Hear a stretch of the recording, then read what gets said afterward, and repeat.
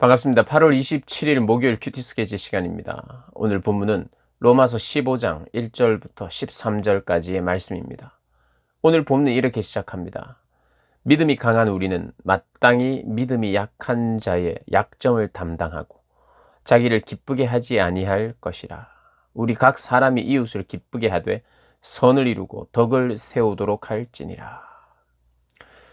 계속해서 교회 공동체에 대한 이야기를 하고 있습니다.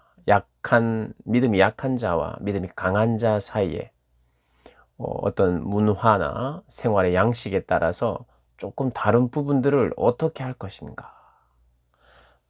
믿음이 강한 자의 책임을 오늘 이야기를 하고 있습니다. 믿음이 강한 자는 어떻게 해야 되느냐. 믿음이 약한 자를 무시하거나 정죄하면 안 되고 업신여겨서는 안 되고 그들의 약점을 보완해 줘야 됩니다. 그의 약점을 내가 담당해야 돼요. 어떻게 담당할까요? 기다려주고 또 그들의 그 어떤 믿음의 약함을 이해해 주고 또 인내함으로 그리고 그의 믿음이 자랄 수 있도록 도와야 합니다. 어제도 말씀드렸듯이 우호적으로 배려하면서 결국에는 이런 우리가 기다리는 시간과 함께하는 시간을 통해서 그들이 성장하게 되죠. 성장하게 돼요. 강한 자의 책임입니다. 믿음이 강한 자, 내가 믿음이 앞서 있다. 이렇게 서로가 내 믿음이 좋아, 네 믿음이 좋아 서로 이제 경쟁할 문제는 아니지만 어떤 부분에서 자유한 사람이 있고 자유하지 못한 이런 경우가 있을 때에 믿음이 강한 자들은 그들을 기다려 줄 알아야 돼요. 물론 케이스 바이 케이스입니다. 케이스마다 좀 달라요. 효율적이지 못한 일들을 계속해서 고집만 피우는 건 우리가 이 어떤 일을 함에 있어서 다양해야 되는데 그때마다 약한 자를 도와야 된다. 조금씩 다른 문제일 수 있는데요. 모든 것을 그냥 의견이 다른 사람, 소수의 의견대로 들어주라는 뜻은 아니에요. 소수의 의견이 비본질적인 것이라면, 그래서 그 큰 상처가 된다면 그들을 위해서 얼마든지 양보할 수 있는 거예요. 얼마든지. 방법적인 면이고 비본질적인 것은 얼마든지 양보하는 게 그게 믿음이 강한 자예요. 넉넉한 사람들의 특징이랍니다. 그렇게 해야 되는데 그것은 결국에는 그 약한 자들을 기쁘게 하고 이웃을 기쁘게 해주는 삶이라는 거예요. 그게 우리들이 살아야 될 삶이고 그리스도께서 자기를 기쁘게 하지 않고 타인을 기쁘게 하기 위하여 오신 것처럼 우리도 그렇게 살아야 된다. 다른 사람을 기쁘게 한다는 거예요. 여기서 이제 이웃이나 약한 자를 기쁘게 하는 것과 나는 사람의 기쁨이 되겠다는 다릅니다. 그죠? 우리는 사람의 기쁨이 돼서는 안 돼요.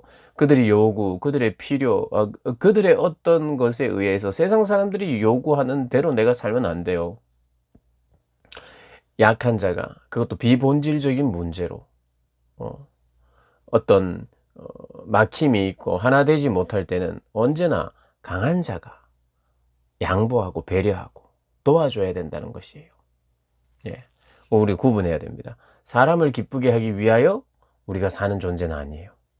그러나 사람의 약함은 도와야 되고 그런 약한 자들을 기쁘게 하는 삶, 그리고 이웃을 복되게 하고 즐겁게 하는 삶, 복을 나누어 주는 것이 우리의 삶이죠. 그런 면에서 기쁘다는 것입니다. 다 아실 거예요. 그죠? 우리의 삶은 그래서요, 남을 기쁘게 하는 삶을 삽니다. 이웃을 기쁘게 하는 삶을 삽니다. 자기의 기쁨을 위해서 살지 않아요. 그럼 나의 기쁨은 언제 오는가 걱정하지 마십시오. 다른 이들의 참 기쁨을 위해서 사는 삶이 사실은 자기에게도 가장 큰 기쁨과 보람이 있는 삶을 살게 되어 있습니다. 아시죠? 살아봤으니까 아실 거예요. 그러면서 이제 이렇게 서로 다름이 있는데 한 마음과 한 입으로 아버지께 영광을 돌릴 수 있다. 이렇게 이야기를 합니다. 이 5절 6절이요. 5절을 보면 예수를 본받아 서로 뜻이 같게 하여 주사. 그러니까 이 서로 다른 의견들이 있을 때, 어제도 말씀드렸습니다만 서로 다른 것이 있을 때 누가 옳으냐 우리가 결정하자 다수결로. 그래, 너희들이 옳다고 하자, 그럼 다 따라와, 이런 의미에서의 일치가 아니에요. 절대로 이것은 하나가 되는 것이 아니에요. 하나가 된다는 것은 이런 거예요. 서로 하나가 된다는 것은 서로를 인정해 주는 거예요. 네가 하는 것도 맞다. 내가 하는 것도 맞다.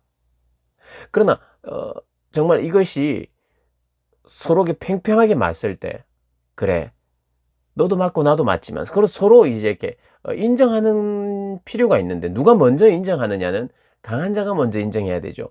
그렇게 인정하면서 우리가 내가 서로를 인정할 때, 그러니까 네가 그리 가는 길도 내가 인정을 하고 내가 가는 길도 인정을 하면서 하나가 되는 거예요. 그래서 서로 조금 다른 길로 다른 방식으로 가도 뭐 하나가 될 수 있어요. 항상 획일적으로 회의해서 항상 하나만 딱, 우리는 오직 하나만 한다, 이런 의미라기보다는 서로를 인정하는 하나됨, 그죠? 존귀한 형제로. 우리가 지금은 조금 비본질적인 부분에 서로 다름이 있지만 그것을 다양성을 인정해주는 하나됨. 그럴 때 하나님께 진짜 예배 드릴 수 있는 거예요. 한 입으로 하나님을 사랑하고 하나님을 찾고 서로가 이야기 이렇게 하는 거예요. 서로가 마음을 같이 한다는 것은, 그래, 너도 인정하고 나도 인정하는, 그런 인정하는 가운데 이건 비본질적인 것이니까 서로 인정하자. 그러나 우리가 동일하게 한 마음이 되고 정확하게 한 뜻이 돼야 되는 건 있는데, 하나님의 나라는 의와 평강과 희락의 나라다. 우리는 오직 예수 그리스도를 바라보면서 예수 그리스도를 추구하면서 살아가는 이 부분에 대해서는 우리가 동일한 신앙의 고백을 가지고 있다. 신앙의 동일한 고백, 우리는 이것을 믿는다. 사도신경은 우리의 믿음의 고백이거든요. 그것을 그대로 믿는 자들, 거기에든 다 하나가 되는 거예요. 비본질적인 것이 조금 틀려도 얼마든지 하나가 될 수 있는 거죠. 사도신경의 그 중요한 신앙의 고백을 우리가 같이 하는 사람들은 교단이 좀 달라도 얼마든지 하나가 되는 거예요. 함께 예배할 수 있는 거예요. 함께 예배할 수 있는 거예요. 조금씩 문화가 다르고, 어떤 교는 침례를 받아야 된다. 그럼 물에 푹 들어가야 된다. 어떤 우리 교단은 아니다. 그냥 우리가 물로 세례를 줄 때 꼭 다 들어가지 않아도 된다. 유아 세례를 인정하고 유아 세례를 주는 방식이나 어떻게 여러 가지가 조금씩 달라도 성경 안에서 정확하게 우리의 신앙을 고백하는 그 신앙의 고백이 사도신경 안에서 맞다면 서로가 하나가 될 수 있는 거예요. 서로가 하나가 되는 겁니다. 그때 예배를 함께 드릴 수 있는 거예요. 근데 싸우고 서로가 인정하지 못하고, 여러분, 물론 사도신경에 대한 그런 고백을 달리하고 삼위일체 하나님 나 믿지 않는다, 동정녀의 그런 탄생을 나 믿지 않는다, 이 사람들하고는 싸워야 됩니다. 하나가 되면 안 돼요. 하나가 되면 안 됩니다. 의견을 서로 받아주고 이래서는 안 돼요. 이단에 대해서는 잘못 믿고 있는 것은 싸워야 되는 거예요. 영적인 전쟁과도 같은 거예요. 단호하게 싸우고 회의하고 결정해야 되는 거고요. 비본질적인 부분에 대해서는 회의할 필요 없어요. 인정하면서 같이 가는 거예요. 그걸 지금 이야기하고 있는 것입니다. 그래서 서로 뜻이 같다는 것은 신앙의 고백은 동일해야 되고, 우리가 믿는 바, 그러나 비본질적인 것은 서로 다르더라도 서로 인정해주는 그런 하나됨. 그때 하나님을 한 입으로 우리 하나님을 찬양하고 노래할 수 있는 거예요. 그래서 이 한 입으로 한 마음으로 하나님께 영광을 돌리며 예배할 수 있는 이 모든 사람들이 그렇게 예배 가운데로 나아가야 되는데, 이들이 먹는 문제와 절기를 지키느냐 마느냐 이런 문제로 서로 싸우면 무엇을 못하느냐 하면, 이들이 한 마음으로 예배를 못한단 말이에요. 그들이 한 마음이 안 됐고 서로가 뜻이 서로 다르고 서로 틀렸다고 하기 때문에 예배를 통해서 하나님께 영광을 돌릴 수가 없어요. 그러면 어떻게 되느냐? 우리가 추구해야 될 하나님의 나라와 그 의와 희락과 화평, 평화를, 그것을 추구하며 하나님 나라를 추구하지 못하는 만큼 예배를 제대로 드리지 못하고, 예배를 드리지 못하는 만큼 우리 안에 생명력이 없고 서로 다 죽어가는 거예요. 서로 틀렸다, 서로 아니다 하는 동안 계속해서 죽어가는 거예요. 하나님께 영광도 못 돌리고 우리의 영혼은 예배를 제대로 못 드리기 때문에 죽어가고 있고, 그래서 강한 자가 인정해주고 약한 자도 서로를 인정해주고 받아내면서 하나님의 교회가 하나 되어야 되는데, 그 하나됨은 동일한 색깔, 동일한 음식을 먹고 이걸 말하는 게 아니라고 그랬습니다. 그렇게 하는 가운데에 하나님께 영광을 돌리는 거예요. 그러면서 이렇게 되어야 어떻게 되느냐? 유대인도 하나님을 찬양하고 그에 합당한 이름의 영광을 돌리며 이방인들도 하나님 앞에 온전한 합당한 영광을 돌리면서 모든 열방이 하나님을 찬양하고 예배하는, 그래서 이 예배를 통해서 예배함으로 하나됨을 경험하게 되는 거예요. 예배함으로. 그리고 하나됨은, 진정한 하나됨은 예수 그리스도를 모든 사람이 한 분이신 그분을 추구하고 바라볼 때 하나가 되는 거예요. 우리가 이제 하나 되어 보자, 서로 손을 잡고 우리는 하나야, 우리만 서로 바라보는 것은 하나됨이 아닙니다. 하나님을 바라보면서 손을 잡을 때 하나님을 바라봐야 돼. 하나님을 바라보고 예수를 바라보고 예수를 통하여 예수를 중심으로 우리가 손을 잡을 때 우리는 하나됨인 것을 경험해요. 우리의 머리는 예수시구나. 너의 머리도 예수야 하면서 우리가 하나 되는 거예요. 우리끼리만 뭐 손잡고 하나 되자, 의견을 모으자, 우리끼리만 뭐 이렇게 해서는 안 되는 거예요. 그래서 이렇게 하나 될 때, 예배할 때 하나님의 나라는 확장되고 모든 열방에 하나님을 찬양하게 된다는 이런 이야기를 하고 있는 거예요.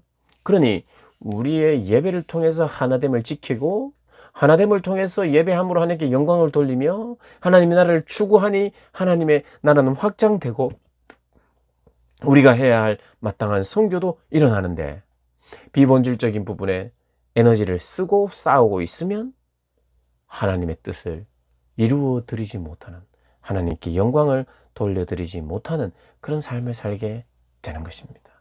그래서 우리의 삶은요, 결국 하나님의 사랑을 통해서 내가 누구인지 압니다. 하나님의 사랑을 받을 자격 없는 죄인인 것을 알게 되고 내가 받은 사랑이 무엇인지 알게 되어서 원수된 나를 사랑한 하나님을 만나고 알면 원수 같은 사람도 사랑할 수 있게 되고 사랑해야 되는 거룩한 의무가 생기고, 나도 예수님이 원수일 때 받은 사랑이 있는데 하면서 원수를 볼 때 하나님과 나 사이에서 받은 그런 사랑이, 내가 저 원수 속에서 얼마든지 흘러나갈 수 있는 것이구나, 그 힘과 능력을 내가 감히 깨닫게 되고 감히 원수를 사랑할 수 있는 그런 어떤 자격이랄까, 전제 조건이 갖춰져 있는 게 나구나. 왜냐하면 내가 하나님께 원수인데 그 원수를 사랑하신 하나님의 사랑에 빚진 자이니까 가장 어떤 면에서는 최적화되어 있단 말입니다. 최적화.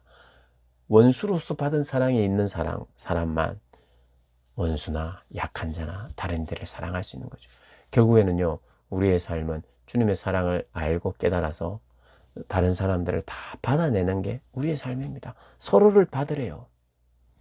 그래서 그 서로 누군가를 받아내는 삶을 못 사는 것은 내가 받은 사랑을 모르는 것이고, 그래서 내가 누구인지 모르는 것이고, 예수님이 누군지 모르는 것이고, 예수님을 만나지 못했고 혹시 만났더라도 그 만남이 너무 피상적이기 때문에, 예수 만나서 내가 잘 되는 줄 아는 그런 잘못된 방향에 포커스를 두고 있었기 때문에 종교생활을 하는 것 같아도 이런 깨달음이 없어가지고, 나는 누군가를 섬겨야 되고 받아내는 게 내 삶의 굉장히 중요한 부분이고 내 사명이구나, 사랑과 섬김이구나.